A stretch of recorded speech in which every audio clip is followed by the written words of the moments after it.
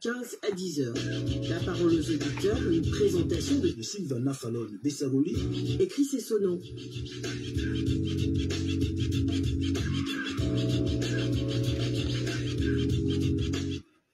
Bonjour chers auditeurs, bienvenue dans cette nouvelle émission de la parole aux auditeurs sur Radio Gabon.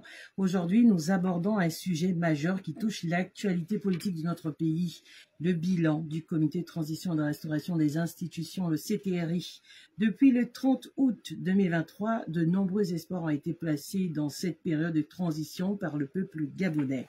Pour en discuter, nous avons le plaisir d'accueillir M. Mvé Eban Bruno, agrégé de sciences politiques, acteur de la société civile et observateur des politiques publiques. Bonjour, M. Mvé. Bonjour, madame. Merci d'avoir accepté notre invitation. Installez-vous confortablement. Après notre entretien, vous aurez la parole, chers auditeurs, pour la question. À quelques jours du lancement de la campagne électorale pour l'élection présidentielle qui met fin à la transition dans notre pays, quel bilan pour le CTRI? Coussin musical. C'est votre émission, La parole aux auditeurs. La parole aux auditeurs, c'est de lundi à vendredi, de 9h15 à 10h.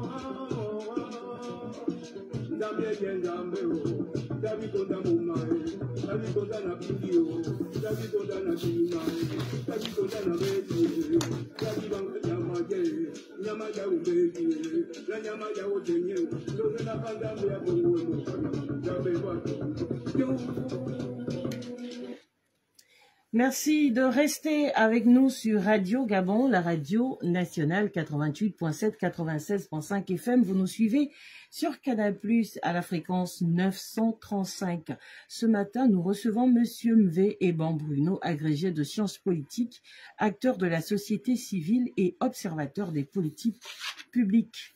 Monsieur Mvé, pouvez-vous nous rappeler brièvement les objectifs principaux du CTRI?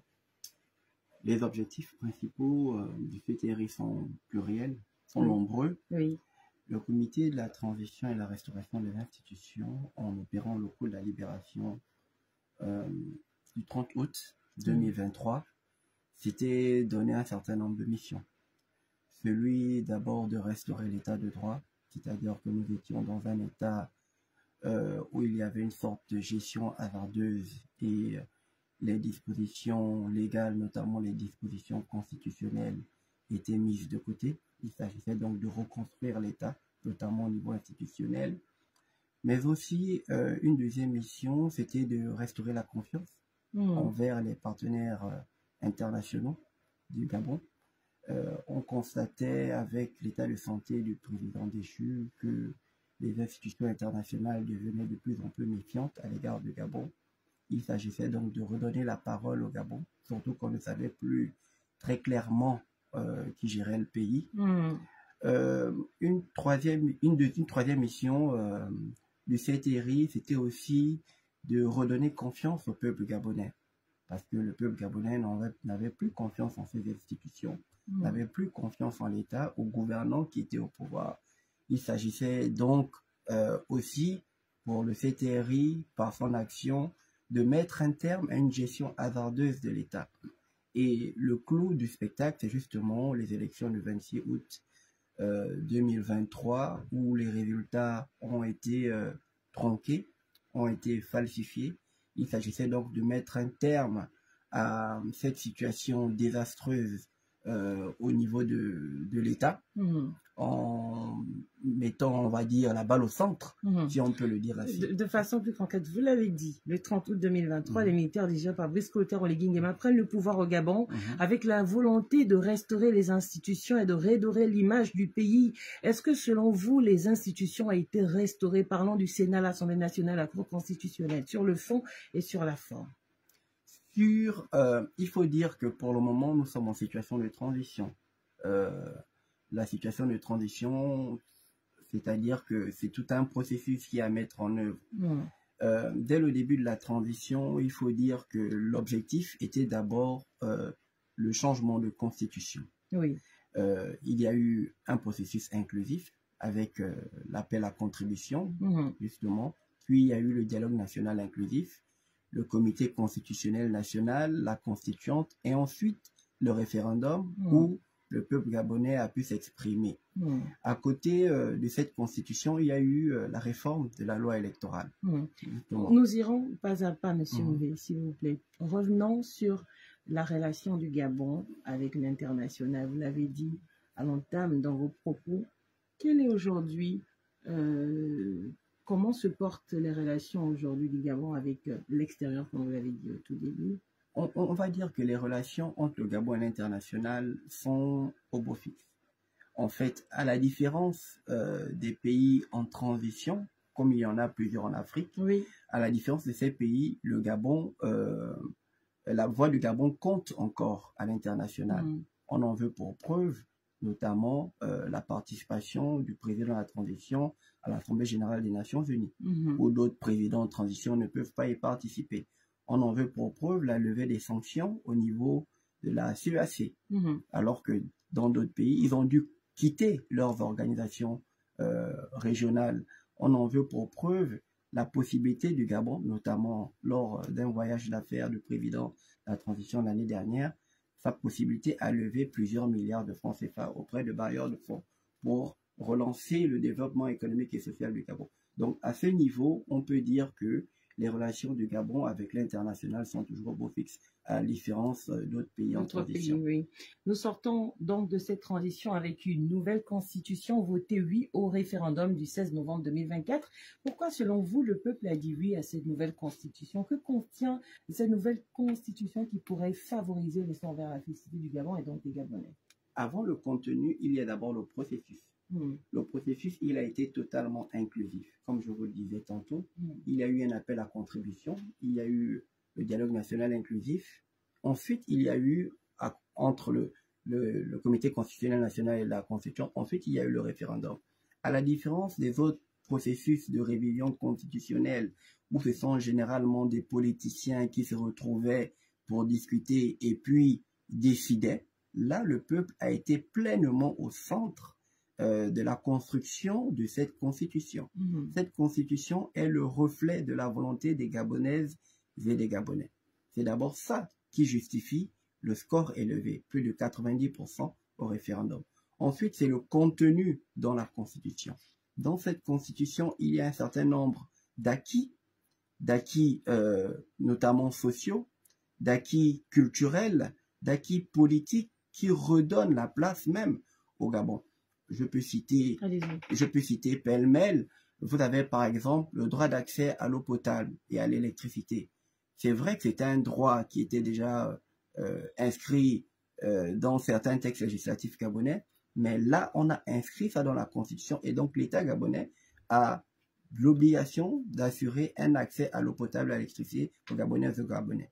Dans l'aspect culturel, on peut citer la définition du mariage. Monsieur Mvé, pour les mamans qui nous écoutent certainement dans leur champ à Makongonio ou à Tessipour, qu'est-ce que cela veut dire, ce que vous venez de dire à l'instant?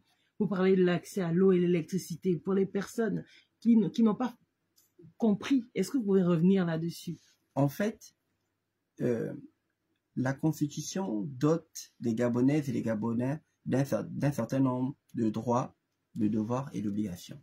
Pour ce qui est des droits, ces droits, c'est notamment l'accès à l'eau et à l'électricité. C'est-à-dire que dans un certain nombre, on fixe ça dans la Constitution. Ensuite, dans un certain nombre d'années, si les choses ne sont pas faites, les Gabonaises et les Gabonais peuvent se lever pour dire que l'État ne garantit pas un droit constitutionnel, c'est-à-dire de permettre à tous les Gabonais, que ce soit à Matsatsa ou à Oyem, d'accéder à l'eau et à l'électricité dans leur domicile, au meilleur des cas, mais au moins à proximité de leur domicile. Donc c'est un droit qui est désormais fixé dans la Constitution et qui devient une obligation de l'État.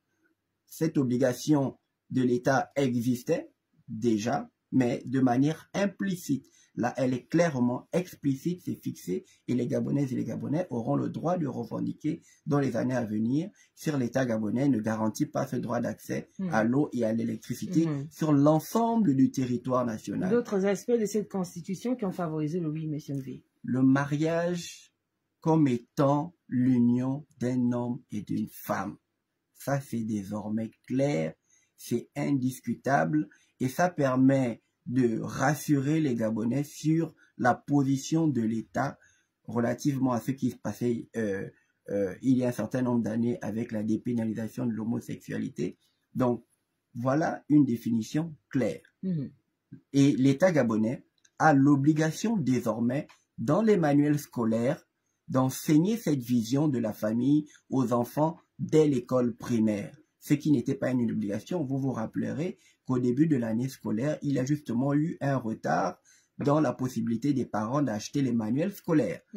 Tout le monde a pu le constater avant la rentrée scolaire. C'était justement donc pour mettre en œuvre certaines recommandations du dialogue national inclusif, notamment cette définition de la famille, cette définition du mariage, c'est papa, maman et les enfants. C'est désormais entendu de cette manière-là au Gabon. Dans le domaine politique, vous avez les conditions d'élection, les conditions d'éligibilité à l'élection présidentielle au Gabon. Pendant plusieurs années, on a discuté de la filiation, de la nationalité, des origines du président de la République. Voilà. Donc, dans cette constitution, nous avons fixé ça.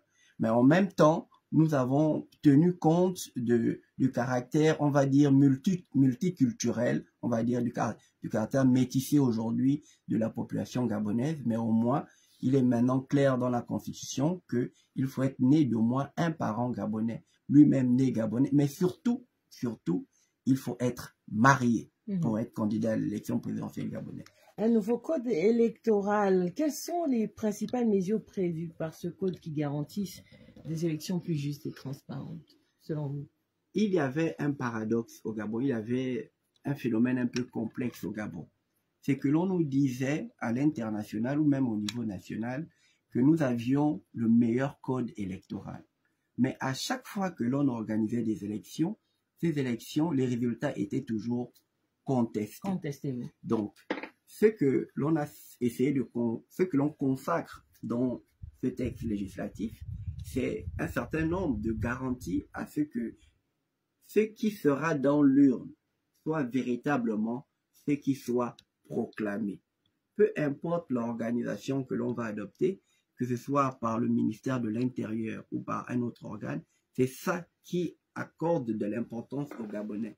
Que celui qui a gagné soit véritablement celui qui est déclaré vainqueur. Donc, il y a un certain nombre de dispositions qui sont prévues, notamment l'affichage du procès verbal devant le bureau de vote juste à la fin de l'élection. Vous vous rappellerez que ce qui était dans le bureau de vote, entre le bureau de vote et le temps d'aller où on recueille les résultats, le résultat peut changer en cours de route. Or là, désormais, les Gabonaises et les Gabonais qui assisteront au dépouillement, vu que ça c'était déjà un acquis, ils avaient la possibilité d'assister au dépouillement de l'urne, mais là, le président du bureau de vote a l'obligation d'afficher le procès verbal de son bureau de vote devant le bureau de vote.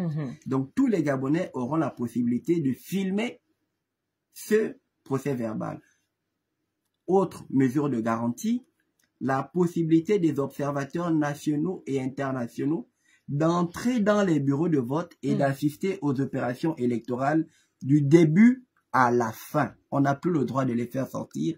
Ils peuvent rester là du début à la fin et vérifier si tout se déroule bien. Donc, ce sont là un certain nombre de dispositions qui permettent au peuple gabonais de pleinement participer à ce processus électoral. À l'époque, ils participaient en partie, c'est-à-dire ils viennent, ils votent, puis ils s'en vont. Or là, ils participent non seulement au vote, mais ensuite ils participent au dépouillement des résultats, ils participent à l'affichage du procès verbal. Ensuite, ils peuvent diffuser sur les réseaux sociaux. Avant, on diffusait seulement ce qui était écrit sur le tableau. Or là, on pourra diffuser le procès verbal sur les réseaux sociaux et donc tout le monde saura s'il y a fraude électorale notamment.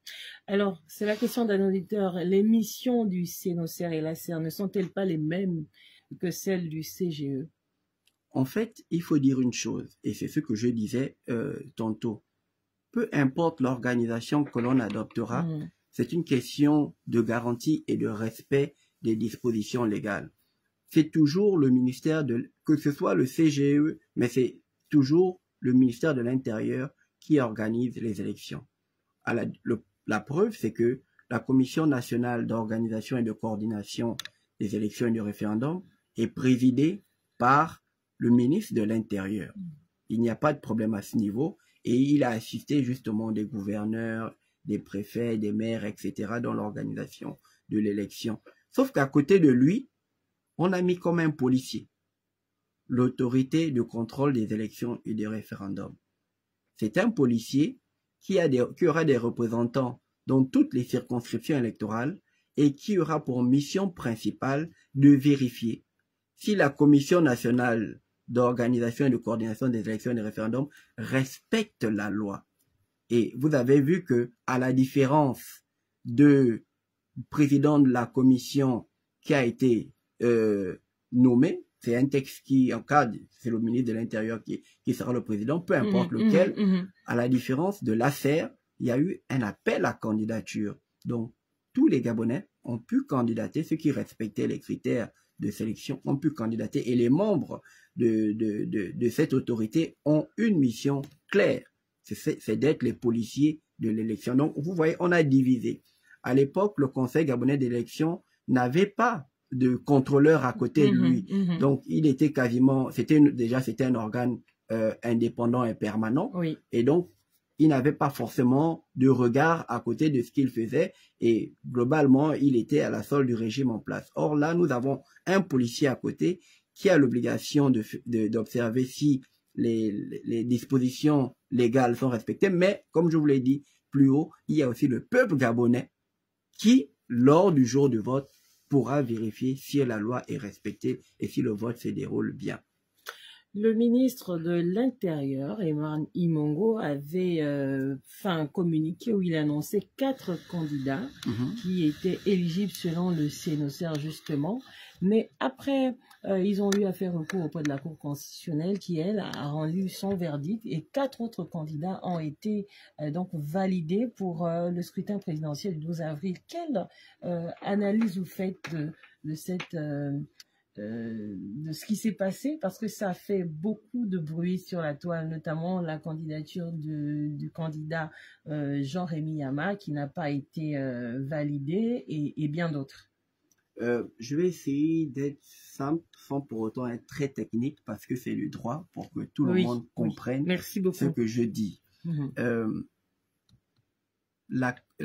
y a la loi électorale, il y a d'abord la Constitution, l'article 43 de la Constitution, qui énonce les conditions d'éligibilité.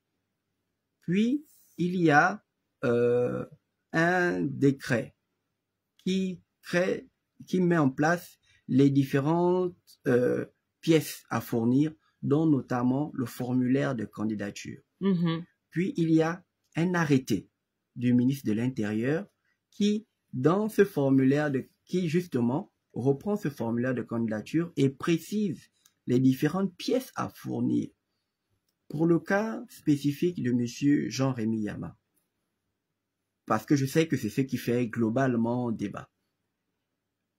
La date limite du dépôt des candidatures, c'était le 8 mars à minuit. Il faut que l'on s'entende. Le 8 mars à minuit. Au 8 mars à minuit, il n'a pas déposé l'acte de naissance d'un de ses deux parents, prouvant que ceux-ci sont nés gabonais. Alors que dans le formulaire de candidature, comme je vous l'ai signifié tout à l'heure, que tous les candidats ont retiré, ce formulaire de candidature met en évidence toutes les pièces à fournir, notamment l'acte de naissance d'un des deux parents. Et ce formulaire de candidature est signé par le candidat et contresigné par le ministre de l'Intérieur. Donc le candidat qui a retiré le formulaire de candidature sait déjà les pièces qu'il doit fournir. Donc, qu'ils viennent ensuite dire que la loi électorale ne prévoit, comme je vous ai dit, c'est tout un processus. Depuis la Constitution, il y a un certain nombre de textes qui ont balisé les pièces à fournir. Au 8 mars à minuit, M. Jean-Rémy Yama n'avait pas toujours fourni l'acte de naissance d'un de ses deux parents. Naturellement, le ministre de l'Intérieur, le président de la commission de la CNOSER, a invalidé sa candidature. Logique. Il a émis un recours au niveau de la Cour constitutionnelle. Et la Cour constitutionnelle l'a à nouveau débouté. Pourquoi? Et je vais expliquer pourquoi. Afin que tout le monde sache pourquoi il a été débouté. Parce que on sait que il a finalement, 3 jours plus tard, comme par magie, retrouvé l'acte de naissance de sa mère et la carte professionnelle qu'il est allé présenter à la Cour constitutionnelle. Or, la Cour constitutionnelle n'est pas l'organe en charge de recevoir les pièces du dossier. La Cour constitutionnelle ne peut pas se substituer à la CNOSER. Non. La Cour constitutionnelle vérifie si toutes les parties ont respecté la loi. En l'occurrence, la CNOSER a respecté la loi en déboutant Jean-Rémy Yama, qui n'avait pas présenté l'acte de naissance. Il vient ensuite avec l'acte de naissance à la Cour constitutionnelle et la Cour constitutionnelle lui répond très simplement que nous ne sommes pas l'organe vers qui vous devez déposer les pièces. Vous deviez déposer les pièces auprès de la CNOSER. Nous ne pouvons pas nous substituer à la CNOSER pour vous trahir un secret. Il y a eu un cas de figure d'un candidat ou une candidate, pour rester subtil, dont le dossier était incomplet. C'est ce que le ministère de l'Intérieur avait diffusé. Sauf que le 8 mars, à 17 h, ce candidat ou cette candidate s'est pointé au ministère de l'Intérieur et s'est rendu compte que les bureaux de la CNOSER étaient fermés. Ce candidat ou cette candidate n'a pas compliqué les choses, a fait constater auprès d'un huissier de justice que les bureaux de la CNOSER, donc c'est-à-dire par voie d'huissier de justice, que les bureaux de la CNOSER étaient fermés. Alors que on a dit jusqu'à minuit. La CNOSER aurait dû laisser une permanence pour accueillir les candidats jusqu'à minuit. Sauf qu'à 17 h, les bureaux de la CNOSER étaient fermés. Donc ce candidat ou cette candidate a fait constater ça naturellement. Cette personne, en allant à la cour, a mis en évidence toutes les preuves en disant « Moi, je suis arrivé le 8, les bureaux étaient fermés. Donc, il est anormal que ma candidature soit invalidée. » Naturellement, sa candidature a été validée par la cour. Merci beaucoup, Monsieur Mvé, pour toutes ces explications. Allez, la parole est à vous, chers auditeurs, et voici la question. À quelques jours du lancement de la campagne électorale pour l'élection présidentielle qui met fin à la transition de notre pays, quel bilan pour le CTRI? 062 38 36 81. Bonjour Alpha Bonigué qui prend les commandes. On prend cet auditeur. Bonjour. Oui. Bonjour Kambil, comment allez-vous? Allez.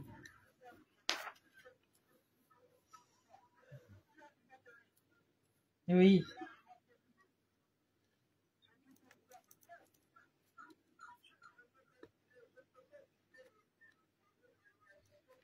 Éloignez-vous de la radio, s'il vous plaît. Éloignez-vous de la radio. Oui.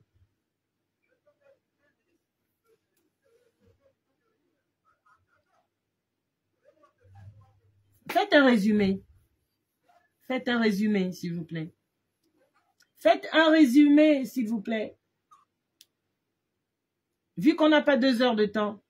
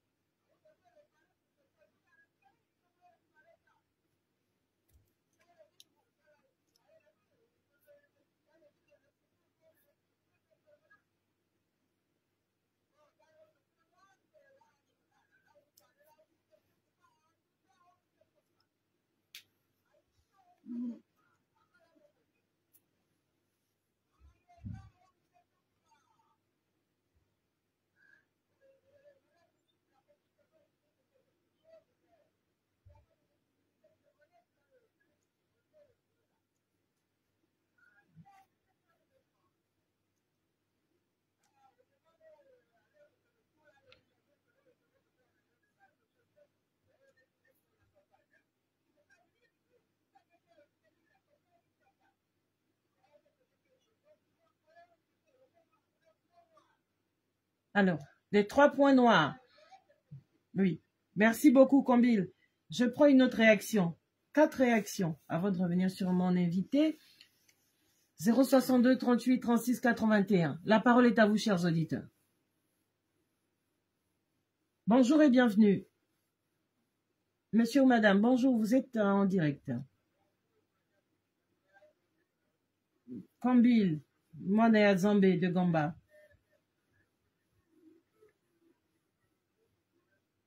Oui.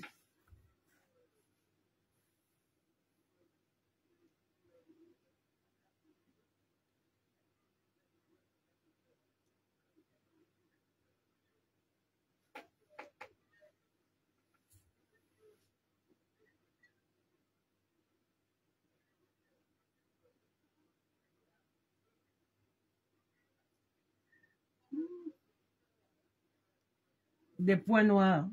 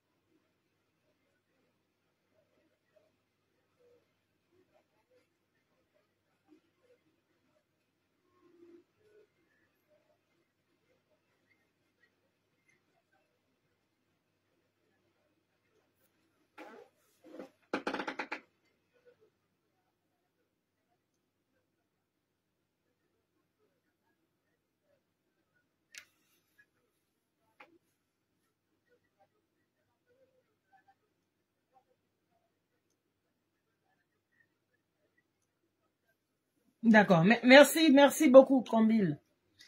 Allez, je prends un autre auditeur. Quel bilan pour le CTRI 062 38 36 81? La parole est à vous. Bonjour et bienvenue, monsieur ou madame. Bonjour, monsieur Léhémé. Bonjour.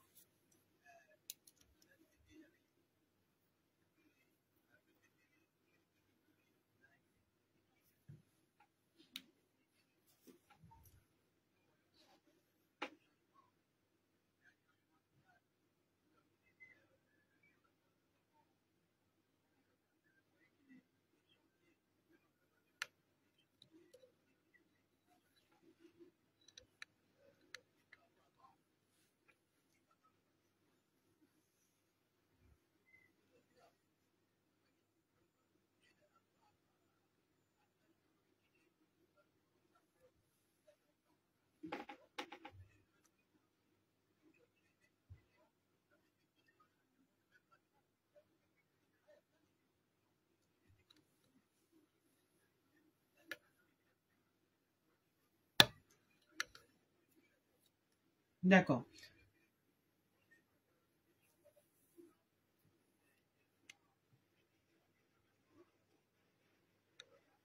Allez, merci beaucoup, monsieur Léhémé. Merci. Merci. 062 38 36 81. Quel bilan pour le CTRI? On prend cet auditeur. Bonjour et bienvenue. Bonjour et bienvenue.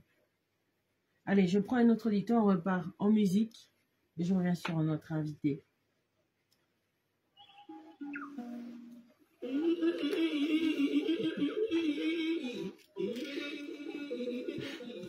Ouais.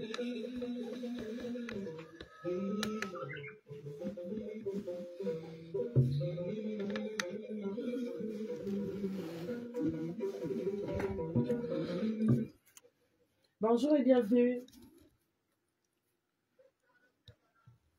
Bonjour, monsieur Bobo Lafleur.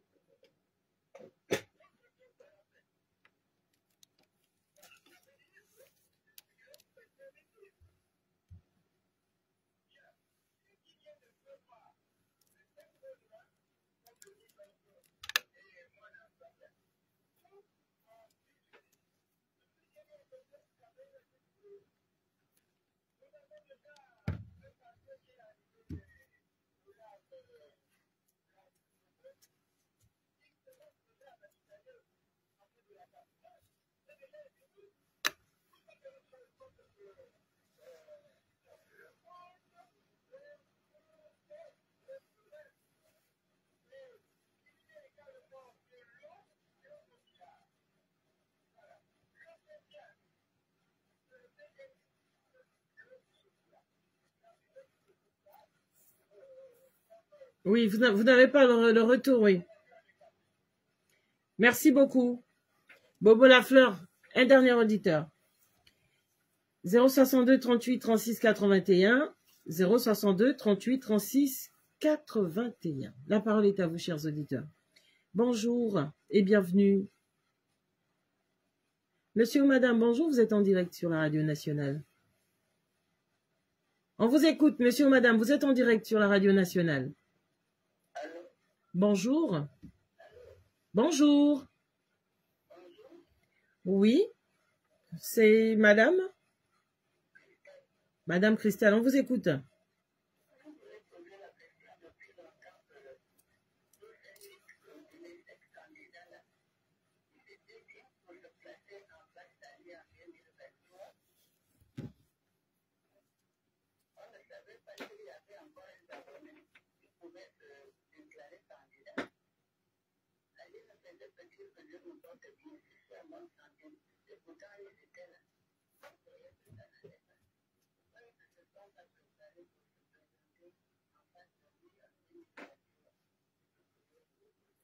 Merci, Madame Christelle. Je reviens donc sur Monsieur V, notre invité. Réaction après avoir écouté des Gabonais qui s'expriment quant au bilan du CTRI. Vous l'aurez suivi, le bilan du CTRI, il est positif. Il est positif à peu d'un titre, pour moi, plusieurs raisons. La première raison, c'est au regard du temps de la transition et tout ce qui a été fait, il faut, comme tout le monde, comme quelqu'un l'a dit, être aveugle pour ne pas voir. À la différence d'autres pays où les transitions vont durer 3 ans, 5 ans. Au Gabon, nous avons choisi de faire une transition courte. Elle n'a même pas 2 ans, elle a 18 mois. En 18 mois, les Gabonais perçoivent un changement. Ce changement, il est dans tous les domaines. Il est dans le domaine social, il est dans le domaine économique, de l'emploi, infrastructurel. Prenons le cas spécifique des infrastructures. Alors que dans ce pays, on était devenu spécialiste de la pose de la première pierre qui se transformait en dernière pierre. Oui. Aujourd'hui, Oui. nous sommes dans un pays où on pose non seulement la première pierre et on termine les travaux, mais en plus, les travaux que vous avez arrêtés là, on les reprend et on les termine à nouveau. Et donc, les Gabonais ne sont pas aveugles. Les Gabonais le voient et ils le perçoivent. On ne peut pas leur mentir en leur disant que rien n'a été fait alors qu'ils voient bien que des choses sont faites. Bien entendu, en 2 ans, on ne peut pas tout faire. Les auditeurs le disent à juste titre. Ce sont des Gabonaises et des Gabonais qui vivent certaines difficultés économiques et sociales que l'on ne peut pas nier, que personne ne peut nier. Mais sauf que ces difficultés économiques et sociales ne peuvent pas être totalement résorbées en 2 ans, premièrement, mais qu'en réalité, elles sont le produit d'une inaction totale de l'État pendant plusieurs années. Et les effets se ressentent aujourd'hui au niveau de l'eau. On l'a dit, pendant 15 ans, nous n'avons pas... L'eau et l'électricité, pendant 15 ans, nous n'avons pas investi. Je crois qu'il y a un chiffre qui a été donné, il faut un investissement, je crois, de 400 ou 500 milliards pour remettre toutes les infrastructures de la FEG à nouveau. Mais pendant 15 ans, qu'avons-nous fait? Nous avons aujourd'hui un candidat qui a pourtant été ministre de l'énergie. Donc, ce sont toutes ces questions-là que les Gabonais se posent à juste titre. Et ils voient bien qu'en 2 ans, en 18 mois, pour être beaucoup plus précis, le bilan est globalement positif et des choses vont s'améliorer bien entendu. Merci, Monsieur MV. Aidant Bruno, agrégé de sciences politiques, acteur de la société civile et observateur des politiques publiques. Merci d'avoir été notre invité. Mot de fin, très rapidement, dans le générique. Le mot de fin, c'est de demander aux Gabonais, et aux Gabonais de se déplacer massivement le 12 avril prochain pour aller voter. Votez ce que vous voulez, mais votez quand même. Merci beaucoup d'avoir été notre invité. En tout cas, ça a été un plaisir pour nous de vous recevoir ici à Radio Gabon dans le cadre de cette émission, La Parole aux auditeurs. Merci, chers auditeurs, d'avoir participé à cette émission. On se retrouve demain, 9h15, si plaît à Dieu, pour continuer le bilan du CTRI.